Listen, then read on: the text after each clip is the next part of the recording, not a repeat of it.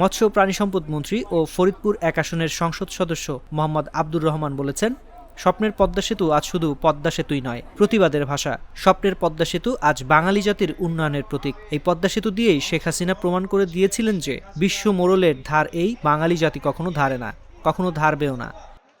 স্বপ্নের পদ্মা সেতু আজ শুধু পদ্মা সেতু না, এই স্বপ্নের পদ্মা সেতু প্রতিবাদের ভাষা।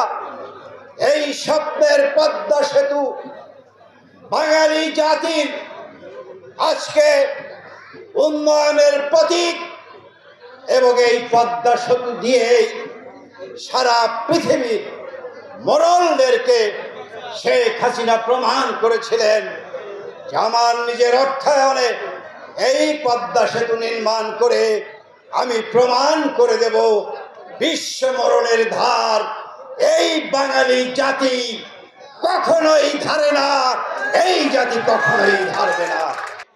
শনিবার দুপুরে ফরিদপুর শহরের টেপাখোলা লেক উন্নয়ন প্রকল্পের কাজের ভিত্তিপ্রস্তর স্থাপন অনুষ্ঠানে প্রধান অতিথির বক্তব্যে মন্ত্রী এসব কথা বলেন।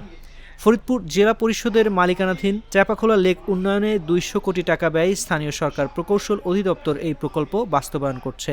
এ সময় মৎস্য ও প্রাণী সম্পদ মন্ত্রী আব্দুর রহমান আরও বলেন, ফরিদপুরবাসীর স্বপ্ন পূরণের রাস্তা সুগম হবে খুব শিগগিরই।